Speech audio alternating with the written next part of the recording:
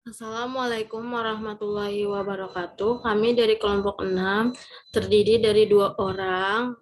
Saya sendiri Nurul Sahida dan teman saya Roselana Adani. Di sini saya akan mempresentasikan mengenai bab 9 tentang desain evaluasi pembelajaran.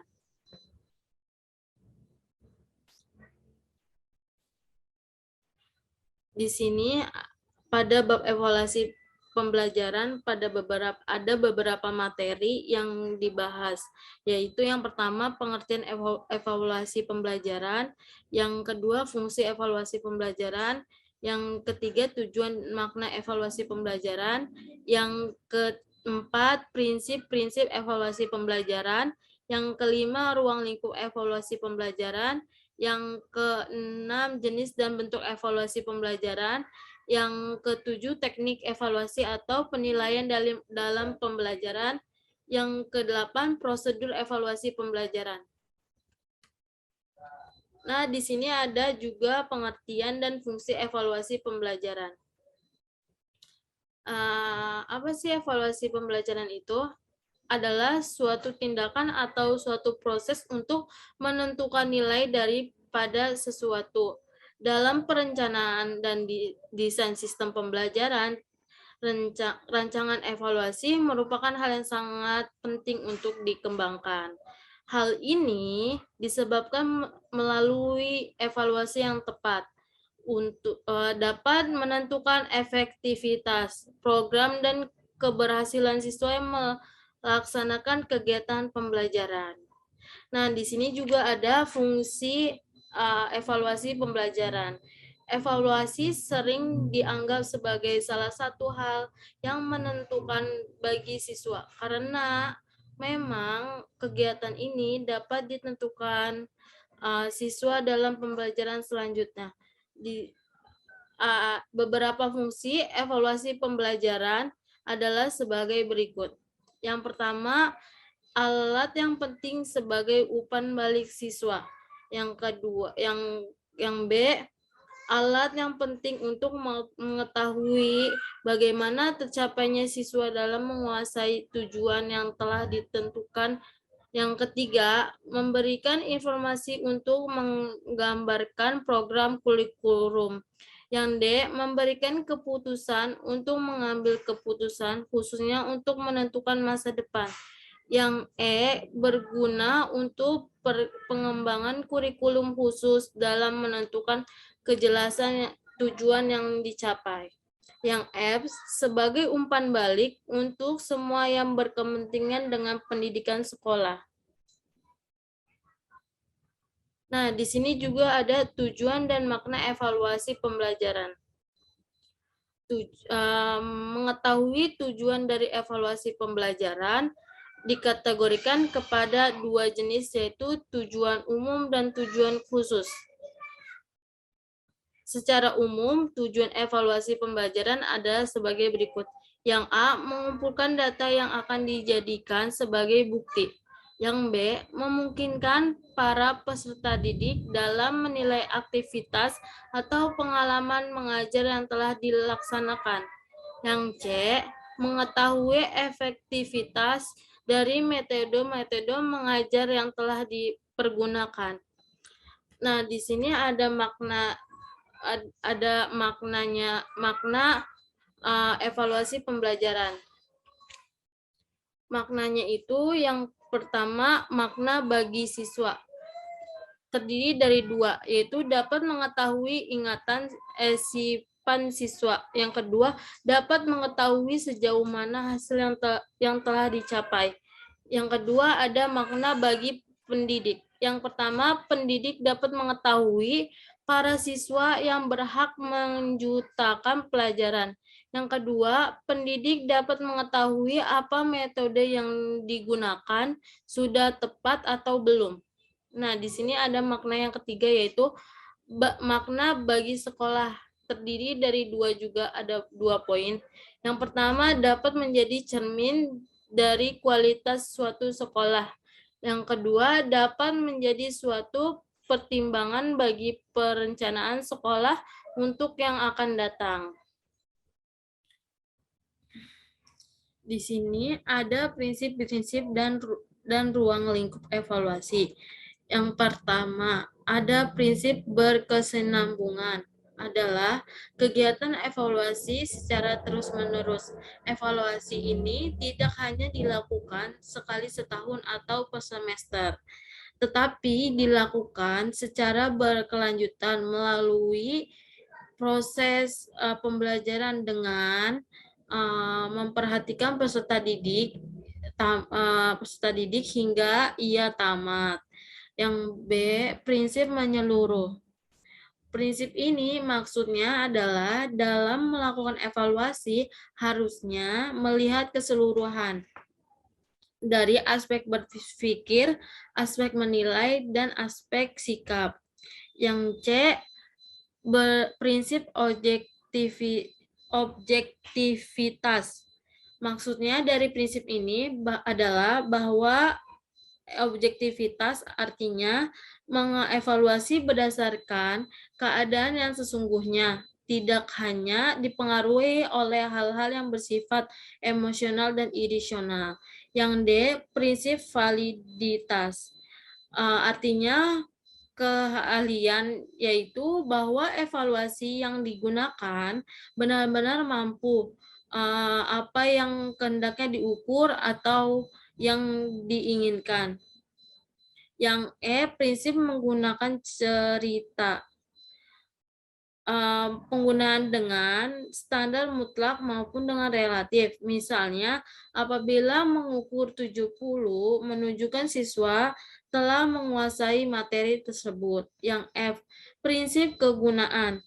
Dengan maksud bahwa evaluasi ini yang dilakukan merupakan sesuatu yang bermanfaat bagi siswa maupun bagi peserta didik.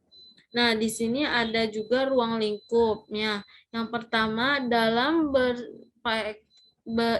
perspektif dominan hasil belajar terdiri dari kognitif, efektif, dan psikomotor.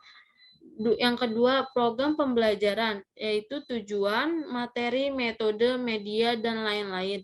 Yang ketiga, pelaksanaan pembelajaran, kegiatan guru dan peserta didik. Yang keempat, hasil belajar jangka panjang, jangka menengah, dan jangka pendek. Yang kelima, dalam perspektif penilaian berbasis kelas. Yang keenam, penilaian kompetensi dasar mata pelajaran. Yang ketujuh, penilaian lintas kurikulum. Yang kedelapan, penilaian kompetensi tamatan. Yang kesembilan, penilaian kompetensi life skill. Itu saja penjelasan dari saya. Dilanjutkan dengan rekan saya, yaitu Rosalena Ardani.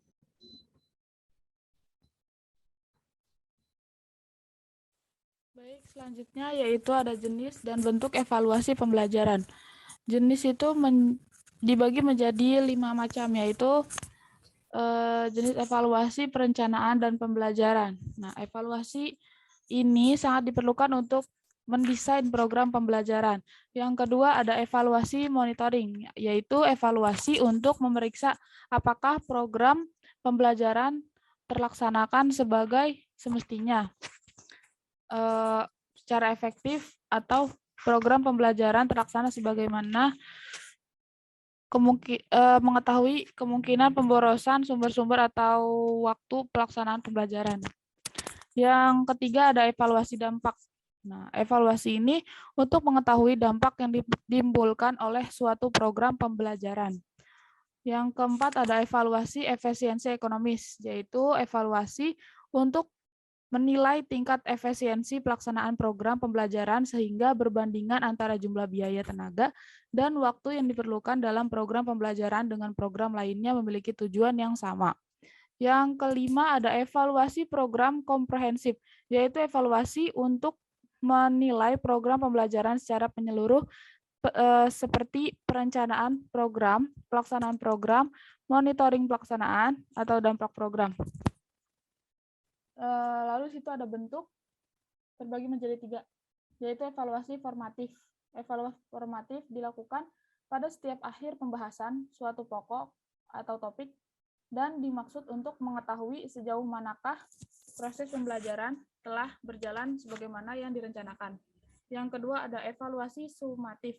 Evaluasi sumatif yaitu evaluasi yang dilakukan pada setiap akhir satu satuan waktu yang di dalamnya tercakup lebih dari satu pokok pembahasan. Yang ketiga ada evaluasi diagnostik. Evaluasi ini digunakan untuk mengetahui kelebihan dan kelemahan yang ada.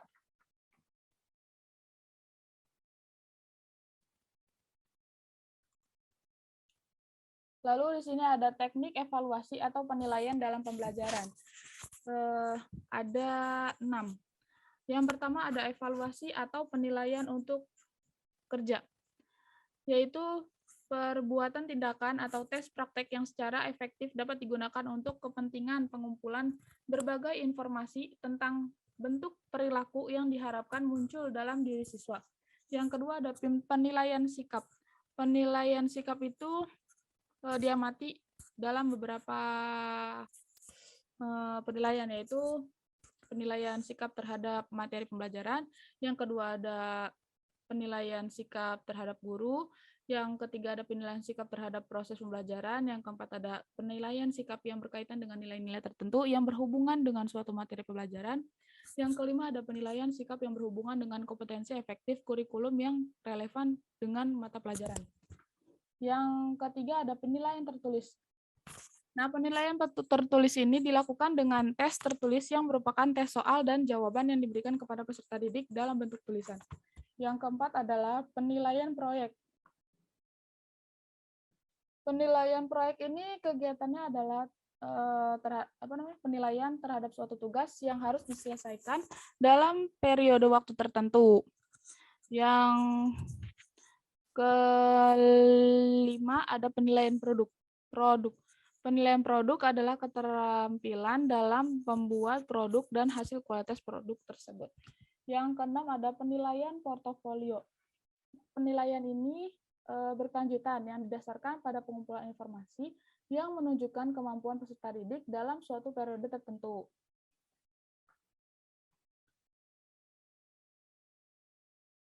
Nah, lalu di sini ada prosedur evaluasi pembelajaran.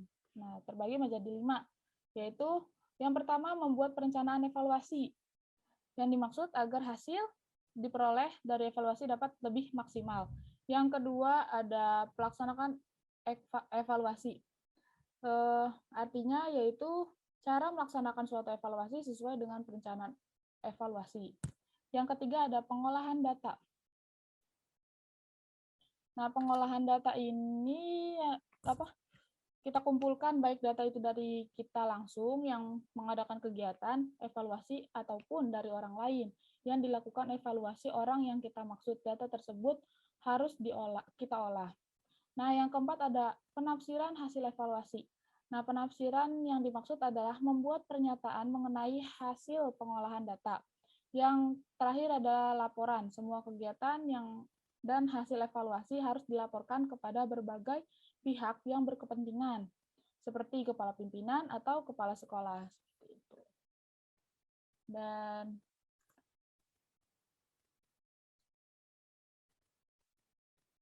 terima kasih. Cukup sekian presentasi dari kelompok kami. Kurang lebihnya mohon maaf. Wabillahi taufiq wal hidayah. Wassalamualaikum warahmatullahi wabarakatuh.